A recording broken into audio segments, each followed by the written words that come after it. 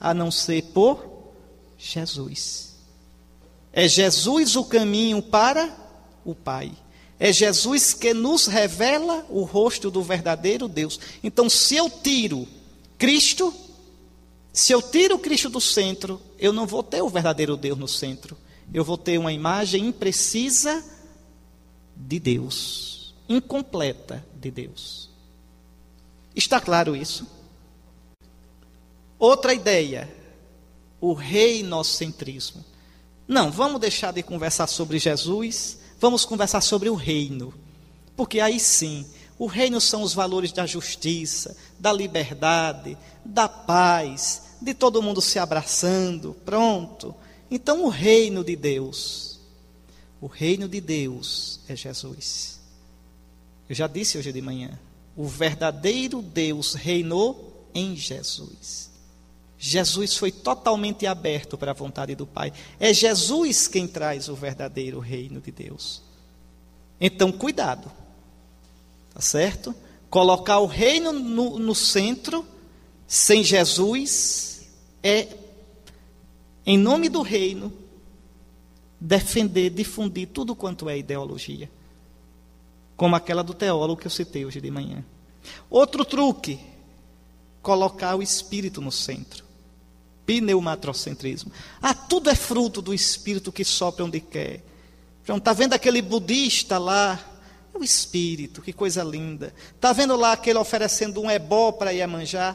O Espírito, que coisa linda. Aquele muçulmano lá rodando em torno da Caaba? O Espírito que sopra onde quer.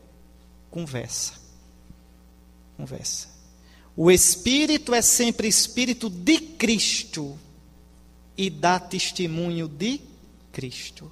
O Espírito conduz sempre a Cristo. E só quem dá o Espírito é Cristo. É isso que significa a palavra Cristo. Ungido com o Espírito. Então, são truques. O Espírito de Deus sopra em todos os lugares? Sopra. Mas é um sopro que conduz a Cristo. A Cristo. Todo diálogo nosso deve ser para testemunhar Cristo. Repito, respeitando todo mundo. Respeitando quem é de outra religião. Nas outras religiões há coisas boas também, graças a Deus porque há, e a gente respeita. Mas a gente sabe que a religião verdadeira, para usar a boa expressão antiga, a religio vera, é só o cristianismo. Isso não é brincadeira. Não é brincadeira. Agora aqui vem uma questão séria, e eu queria que vocês me acompanhassem isso, os que já fizeram teologia, e quem não fez, vai logo se preparando para quando o professor falar, vocês já saberem do que se trata. Veja, a questão é essa: como explicar no mundo de hoje, no mundo do pluralismo, no mundo onde as culturas se encontram, onde as religiões se encontram, como explicar que Cristo é o Salvador de todos?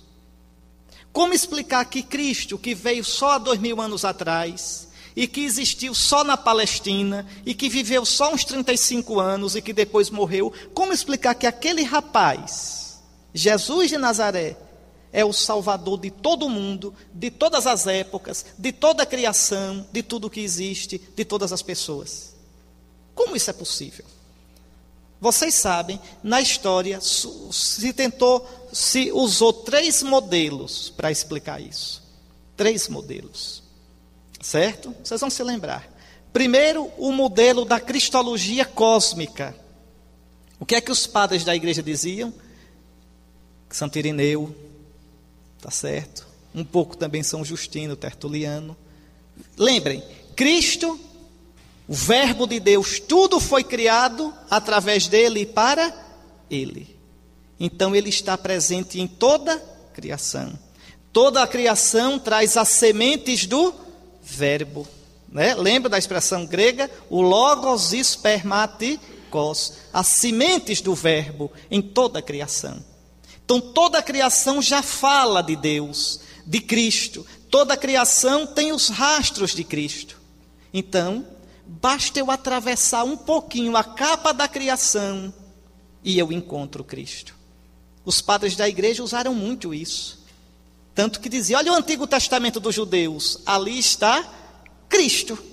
Olha a religião dos gregos, a filosofia grega, ali está as marcas de Cristo. Bento XVI usa muito essa ideia. Essa cristologia, então, Cristo está em tudo. Cristo, que só veio há 2000 anos, desde a criação está presente em todas as coisas. É isso? Isso tem uma utilidade muito grande para o diálogo com as outras religiões. A gente respeitar e ver lá o pessoal fazendo um toque no terreiro, diz, olha, isso é a saudade que o homem tem de encontrar Deus. Ali, de modo escondido, já tem algo de Cristo, do verbo. Bom, então ajuda a gente nesse diálogo. Bom, esse é o primeiro modelo, cristologia cósmica. Depois vem a cristologia antropológica, outro modelo, que é esse modelo colocado na questão do homem, né? Aquele teólogo famoso, Karl Rahner, não é? Ele diz, olha, todo homem é uma pergunta pelo absoluto, todo homem é uma saudade de Deus, todo homem que existe no mundo, sem saber, é um desejoso de Cristo. O homem é a pergunta, Cristo é a resposta. Coisa bonita, veja, a sede de paz é Cristo que sacia, a sede de infinito é Cristo que sacia, a sede de justiça, de verdade, de bondade. Todo homem tem essa sede. Jesus vem somente para responder a isso. Pronto, cheguei. O homem então encontra a resposta para a sua sede. Rahner fica tão emocionado com isso que diz até uma coisa esquisita, que todo homem sincero e honesto é cristão. É cristão sem saber. É cristão anônimo. Isso é meio perigoso, porque os muçulmanos também dizem que todo homem é muçulmano. É muçulmano anônimo. Os muçulmanos dizem, viu, que todo homem nasce muçulmano e depois se degenera. Se degenerar um pouquinho, fica judeu. Se degenerar mais, vira cristão. Se degenerar mais mesmo, vira de qualquer outra religião.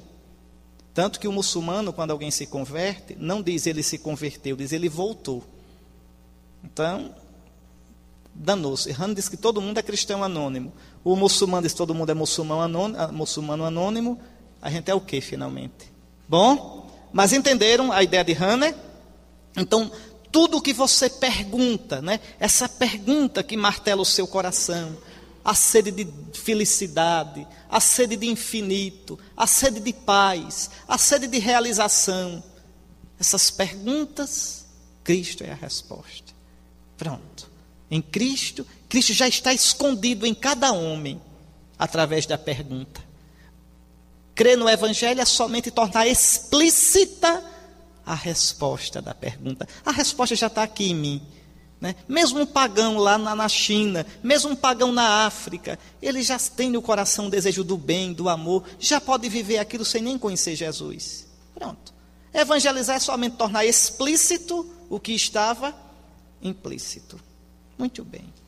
Terceiro modo de explicar como é que Cristo é salvador de todos, salvador até de quem não é cristão, é a cristologia historicista. A história toda caminha para Cristo. Lembre do Patriarca de Chardin. Então, Cristo é o alfa, o princípio de tudo. Cristo é o ômega, o fim de tudo. Tudo será pleno em Cristo. Então, Cristo já está presente na história. E isso hoje, essas ciências da religião, hoje deita e rola nisso. Em toda religião já está Cristo. Né? Em toda a história já está Cristo presente, né? Escondidamente. Quando Jesus vem, isso só fica mais claro, mas já está lá. Muito bem.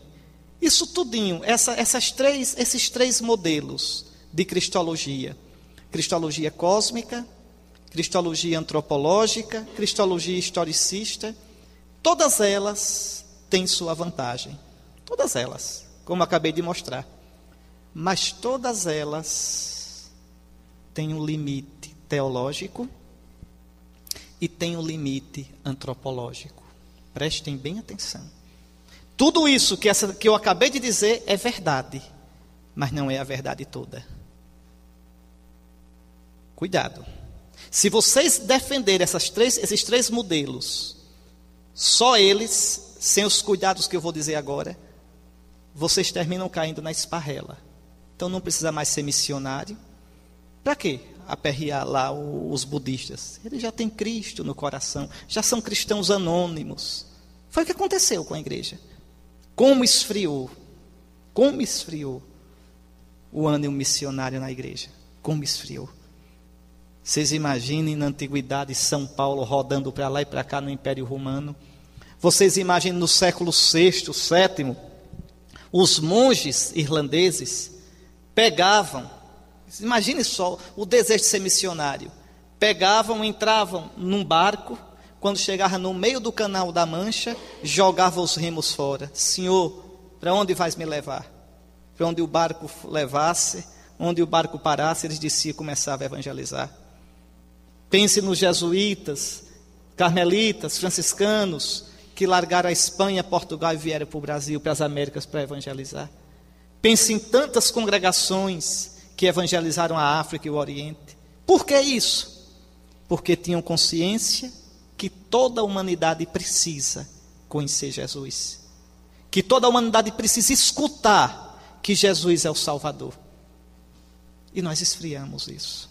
Esfriamos. O que foi que houve? O que foi que houve? Esses 3 modelos mal entendidos.